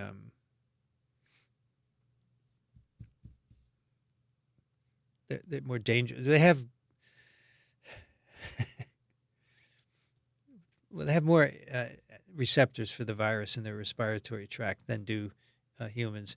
Theirs are located in the upper, middle, and lower tract, where ours are mainly in the lower tract in addition to the eye. So that's one of the reasons. And the other is that we grow pigs for protein globally in huge numbers. So there's a huge host population to be infected. And if you don't have good biosecurity on pig farms, then you will have a problem. and the pigs getting infected. And the 2009 H1N1 influenza pandemic probably originated in a pig, on a pig farm, transmitted the virus to a human, and it had the properties to enable human-to-human transmission. Why isn't there a telomere problem in transformed cells? Okay, so that's one of the genes that can be mutated to turn it back on, and so you have constitutively active telomerase, keeping the ends of the chromosome long. So if you take cells from mice or humans and grow them in culture, at every division, but you lose about 4,000 bases from the ends of the DNA. And then eventually the cells crash as a result. The humans crash earlier than mice because human telomeres are shorter than mouse telomeres. And then the telomerase can be mutated so it's turned on constitutively, and that would be part of, becoming transformed and eventually a tumor cell. Yep, it definitely involves telomerase. That's very good. Hey, there's Veronika Privyet, and I learned a new word today, which I would pronounce puka. I have... So these are my 4 Russian words: Privyet, puka, nastrovia, and do svidaniya. Yeah. That's fascinating about polio transmission. I can't wait my next cocktail party to pass that along. Yeah. I think that's a wow factor, how that happened. How much credibility, Abdur says, how much credibility do we lose by simply not being able to teach the general public the whole physiology, biochem, and immunology curricula in brief statements? Yeah, it's a big problem, but it's complicated material. It takes time, and you need to have the attention of people to learn it, right? But it's still not an excuse. I agree that we should do a better job, but most scientists don't want to put in time teaching the general public. They teach courses, but the general public they don't have time for. And that leaves it up to people like me, and I can't teach everything, right? But I also think that there are ways to do a small amount of information. So what you say in brief statements, like we're toying with TikTok, and certain formats work well, where you do a 1 or 2 minute video about a topic and get people interested, and then show them more complicated, more longer videos. I think so. Here at Microbe TV, that's what we're trying to do. We're trying to experiment with different formats of teaching complicated subjects in simpler, short ways. Yep.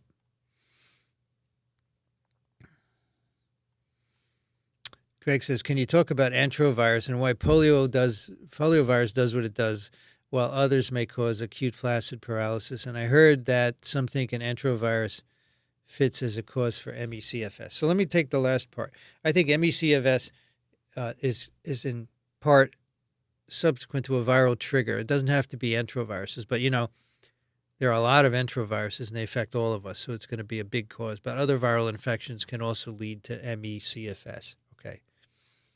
So enteroviruses are a genus within a family, including poliovirus and many other enteroviruses. And they do different things. They can cause paralysis. They can also cause heart infections, skin infections, muscle infections, right? They're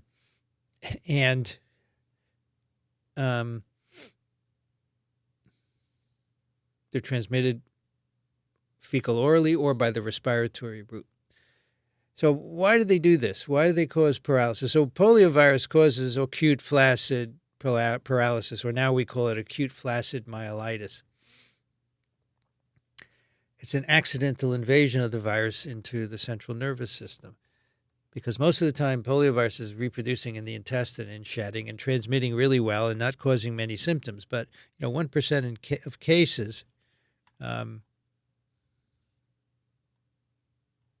in 1% of cases, the virus gets into the CNS. And so what causes that? We don't know, but I think some people have slight immune defects, maybe interferon, that allows the virus to reach higher titers in the blood. And I think once you're at a high titer in the blood, then you're more likely to invade the central nervous system. So that's what I think is going on. And I think it's similar for these other enteroviruses that get in the CNS. Of course, there has to be a receptor in the CNS too, but the higher titer in the blood, I think, is a key. And getting higher titer is probably because of some immune defect. But what that is, we don't know. We need to study it. I agree. What percent of U.S. citizens would you estimate carry the poliovirus? Oh, what an interesting question. I don't know. It's a great question. I think it's more widespread than we know because, we're all immunized with an inactivated vaccine, which does not prevent intestinal infection. So I'd be guessing. No idea. I wonder if Amy knows. And she's not here tonight. Let me ask her what percent we have to use our resources, right, of U.S. people carry poliovirus. Let's see if she answers it. I don't know. Maybe because we don't look in sewage. If we looked in sewage in major cities, we could get an estimate, right, of how many people, because we use that to estimate the number of COVID infections. But we don't do that for polio routinely, so I don't know. Let's see what Amy has to say. Good question. Mark says the Romans invented toilets and sewers. Is there archaeological evidence of polio in their history?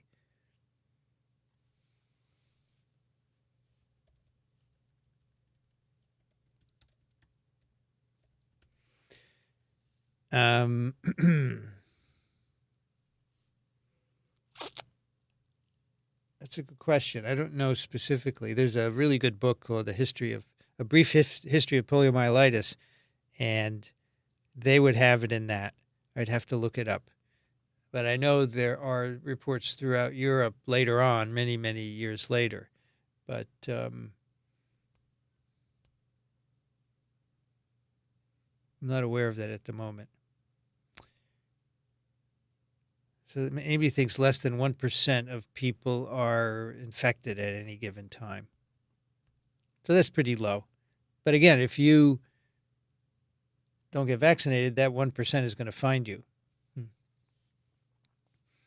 Hat says, so the SV40 in polio vaccine is the wrong key and the wrong lock. Well, SV40 doesn't reproduce in humans, right? Because it's a non-human primate virus. So in that sense, yeah, it's the wrong key and the wrong lock. So it was incidental. We got rid of that quickly because we don't want it there. But it didn't seem to cause any harm. It doesn't reproduce in humans. Hello, Lise from Columbus, Ohio. I enjoyed your city there for the last day. Abdul says, do different strains of HPV cause oncogenicity in different ways? I don't know. They're all about E6, E7 going in. They just have different, they have different risks for cancer. So the high risks are serotype 16 and 18, genotype 16 and 18. And then there are a number of others. There are about 9. There are 9 serotypes, genotypes that are associated with cancers, but much lower frequency than 16 and 18.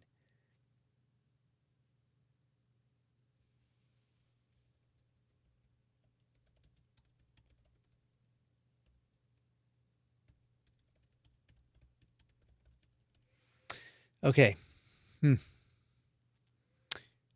Patricia said, should I still drink lattes? Well, yeah, lattes are made with pasteurized milk. Just don't, as Mr. Doreen says, just don't order a raw milk latte. So I heard last night at dinner that some people sell human milk. Some people want to drink human milk, and it's unpasteurized. So a guy at Ohio State did a study where he collected various human milks and looked for viruses in them. And one of the viruses he found was cytomegalovirus, not surprising. But he also said that some people spike their human milk with cow milk. So you can tell that by doing DNA sequencing on the milk. And, you figure people would cheat, right? My gosh. Greg says, if H5N1 gets into a pig and swaps material with another flu to be human transmissible, would it still be H5N1? So that's possible. That's one of the things we worry about. And it would be H5N1 as long as it had the H5 hemagglutinin and the N1 neuraminidase. So if it picked up an H3, then it wouldn't be H5 anymore. I mean, some of the internal non-surface protein genes could be from H5N1, but we would classify it as, we classify influenza viruses based on the hemagglutinin and the neuraminidase, the two spike proteins in the virus particle. So as long as it has H5 and N1, it would be an H5N1. Yeah. What's my favorite restaurant in Ithaca? Well, when I was a student, I didn't go to any restaurants of any note, but I subsequently went as an adult, and there's a wonderful French restaurant. Let me see if I can find it. Yes, Café Sandy. Café Sandy, 110, right? 100 is 100, D-I-X is 10. Le Café Sandy. I'll put it in the Le Café Sandy. Really, really good. Really good. Coffee and chocolate both are under attack from viruses recently. At least the coffee catastrophe is a virus thing too. I didn't know that. And Mark says there's a virus attacking wine grapes here in California. It makes the leaf turn rusty red, very lethal. That's interesting. Should get some of these people who work on these on Twitter, write something different, because I don't know a lot about that.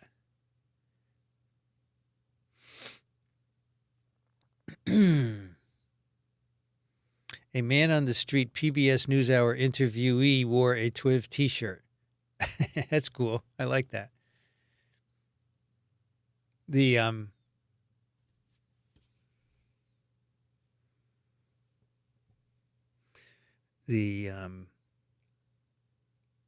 penetration of TWIV into culture is good. That makes more people aware, right?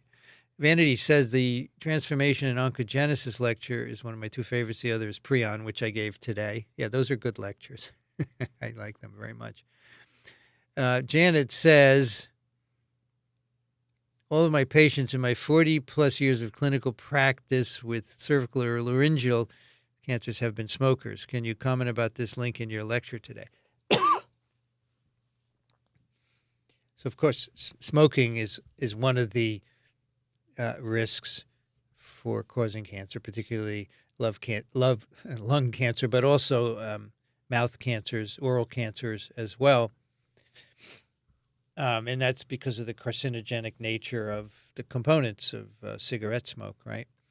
But also, head and neck tumors can be caused by papillomaviruses. So they infect mucosal cells, very much like cervical and penile mucosa.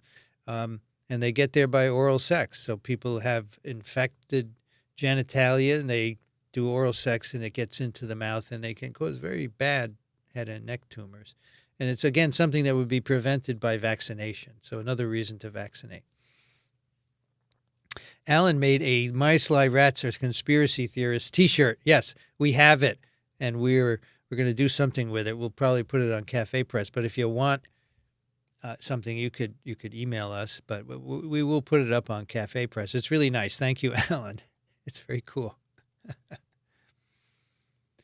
Yeah, the mice, sly, and rats are conspiracy theorists. That's fine. We do. Rats lie, monkeys exaggerate, and ferrets are not humans. But it doesn't matter. You get the point that animal models are not good surrogates for people.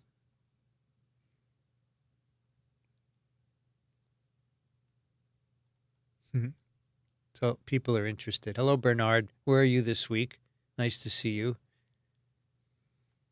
What action, where in the body is the schedule maker for apoptosis? Well, there are multiple there are multiple, but one of them is P53.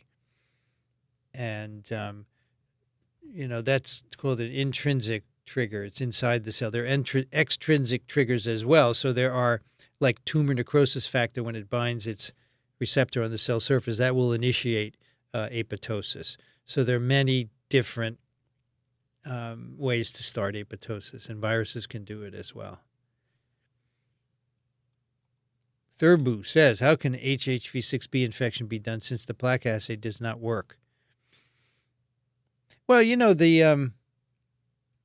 the plaque assay may not work for reasons other than a virus not replicating, right? So a virus may be able to replicate in cells, but you can't do a plaque assay with it for other reasons. Maybe there's an inhibitor in the agarose. So we found over the years that you had to try different agars or agaroses to get that to work.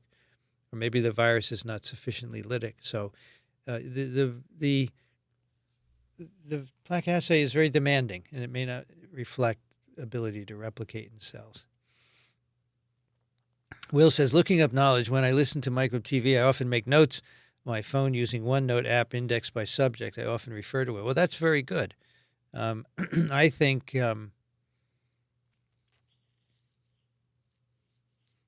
I think that that's pretty organized. I complain that I don't want to do stuff like that, but I think that's a great idea. Mayim Bialik from The Big Bang Theory is also a PhD, possible celebrity booster. And send her T-shirts, send a fancy Twiv jacket to Jason McClellan. Yes. Oh, Jason wanted a Twiv jacket. We have to design a Twiv jacket. Yeah, a very cool Twiv jacket. Right? Got to think about that. Larry says, I first found you on Lex Friedman. And I followed you ever since. I really love the blue glasses. The blue glasses are still here, but I've been told that they don't look so great. So we'll close out today's live stream with the blue glasses to please you, Larry. I aim to please. How effective is also Tamiflu? It is very effective. Also Tamiflu, so Tamiflu, Relenza, and Baloxavir are all effective against H5N1. Because they target the RNA polymerase, part of the, Relenza and Tamiflu target the neuraminidase, and Baloxavir targets the endonuclease, which apparently are sufficiently conserved so that, the neuraminidase inhibitors are sialic acid analogs, and so all these viruses have to bind sialic acid, and so that's why it works for many of them, even though the neuramididases are different. Joey says, what are the chances of the avian bird virus jumping to other species? Well, it already has. It's in quite a few other species, right? You're hearing about it in cows in the U.S. It's been in marine mammals, other terrestrial mammals. So it's in many others as well. Yeah.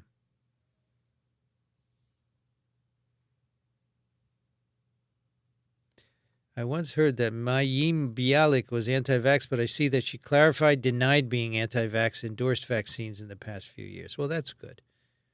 That's good. Sylvia is from Paipa, a small and poor town in Colombia. I appreciate your generosity, your lessons and office hours online. Well, thank you so much. And I'm glad you found us. I'm glad you listened. Spread the word. The more countries, the better.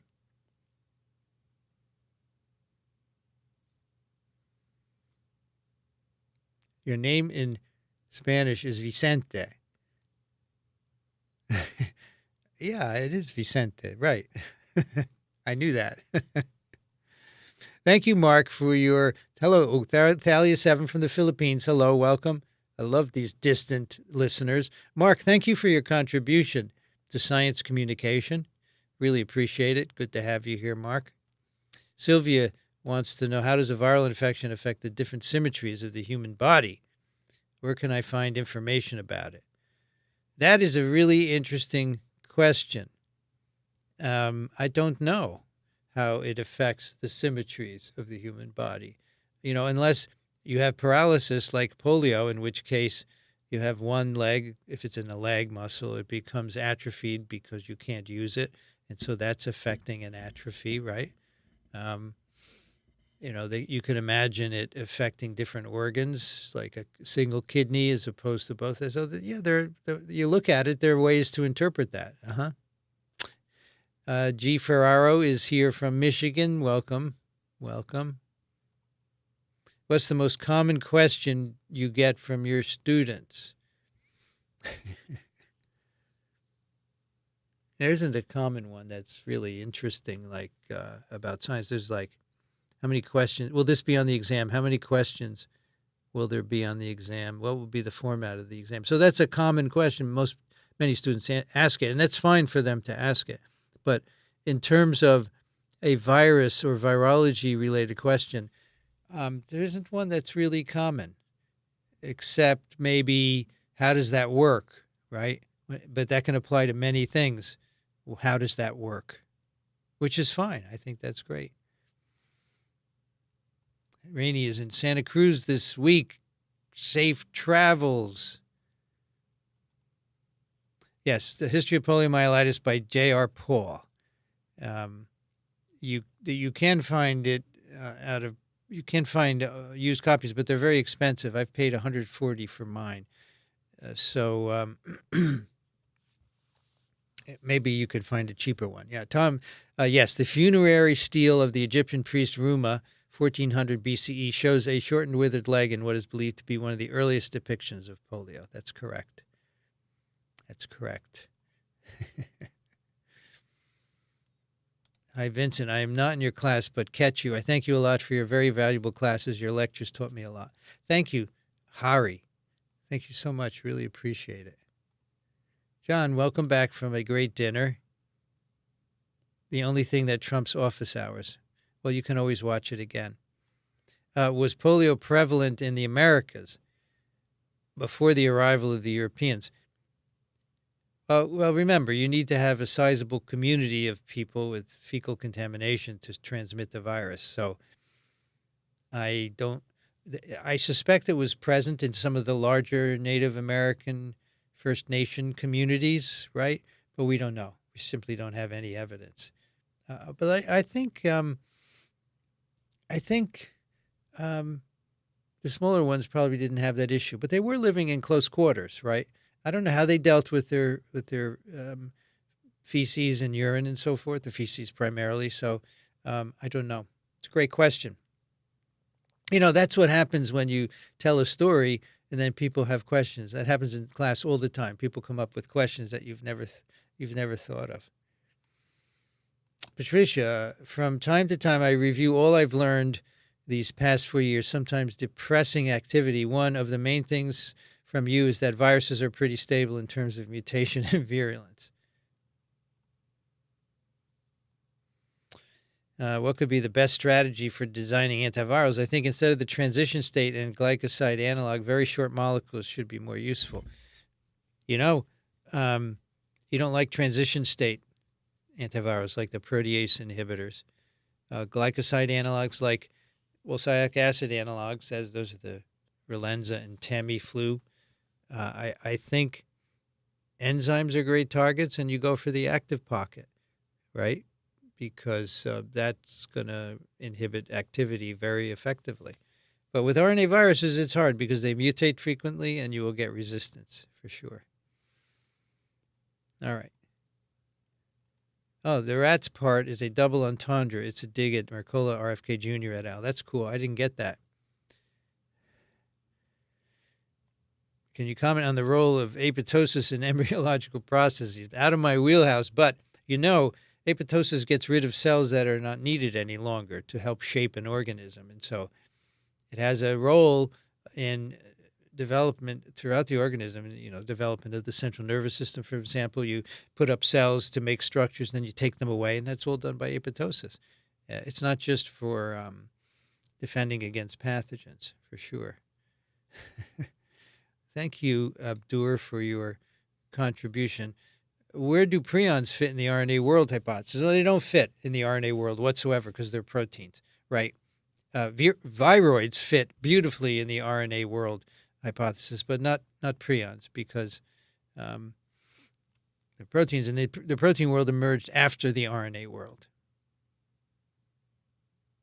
Humor from Mark. A few years ago when the NFL started Thursday Night Football, their logo was TNF, and all I could think of was tumor necrosis factor. That's great.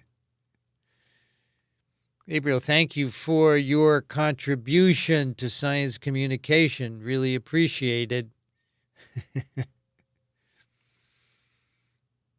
Vanity said, what's the deal with Baloxavir? You and Daniel talked about it at TWIV. So it's very effective. Very effective. In fact, Bob Crew wrote in a while ago saying one dose up to more than a few days after infection is very effective, more so than Tamiflu. But Daniel said most physicians are not aware of it. So the next time you get flu, ask for Baloxavir. Yeah. I found you, E. Joe Calf says, I found you from an answer on URA early in the pandemic. They directed people to TWIV. I do believe it was a virologist who was answering questions there. That's very cool. You know, I met someone who said, well, they said they found me on Lex Friedman, as I said, but they also found us from Malcolm Gladwell. So yeah, as I said before, I love all these references. It's great. That's how we grow, right?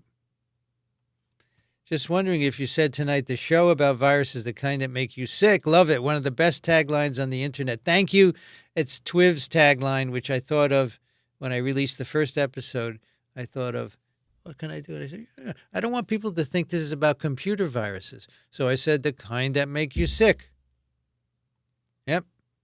Michael Warby's lecture on the origin of H1N1 pandemic flu is terrific and hilarious in places. He's very good. Yes, we covered his paper on TWIV.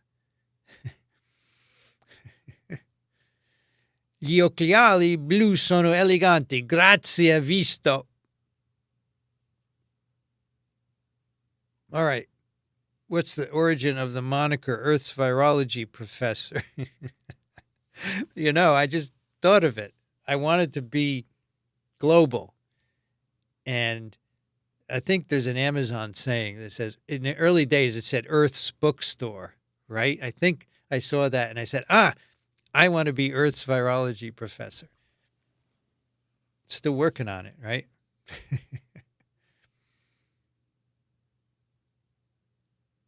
Adrian wants to know, where can I find the most basic challenge experiments done with animals where the healthy animals being exposed to the sick one do not receive injections, just exposure? Well, there are a number of SARS-CoV-2 transmission experiments that were done just like that. I mean, they're legion in virology. You just have to look at the original literature.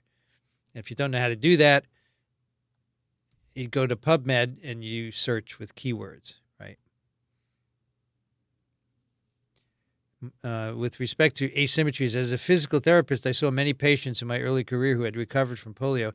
Their paralysis affected many functions of movement and body alignment. That's very interesting. Thank you for that. Would a virus, Adam asks, travel in a dust bowl cloud? Absolutely. Do you know viruses travel around the world? They go up into higher atmosphere where there are currents and they get moved around, and then they fall down in water. They can travel very long distances. Foot and mouth disease virus can travel across the British Channel. That's not very long, but it goes from the mainland of Europe to the UK. Yeah, so definitely. And we did a paper on that a long time ago in TWIV about how the viruses get up. I don't remember what it's called, all the way up there, and then they travel. Yep. Jacket idea, first phage on the moon, those little lunar landers. Yeah. All right.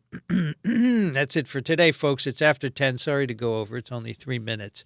But I want to thank our moderators for coming tonight. We had Tom. We had Vanity Nutrition.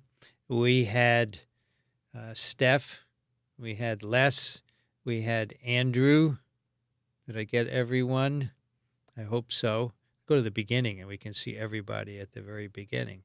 Yep, Steph. Yep. Thank you all for moderating tonight. I appreciate your coming here every week. And thank you all for coming. 203 people right now, 205 likes. Perfect, folks. Give you the heart sign to show you that I love when you come here and participate and help us out. And we're going to be back next week, right? Let's check. Always check here. Wednesday will be May 1st.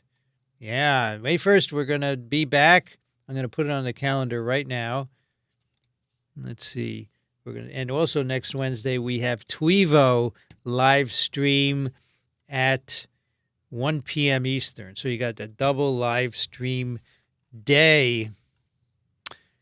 And don't forget, if you like our work, to contribute either here at Venmo, at Microbe TV, or microbe.tv/contribute. That'll do it for another Office Hours. Folks, I really enjoy having you here. I'm glad for your questions. I'm glad to be able to teach you a bit of virology, and I learn other things as well. So see you next week, and in the meantime, please be safe. Good night, everyone.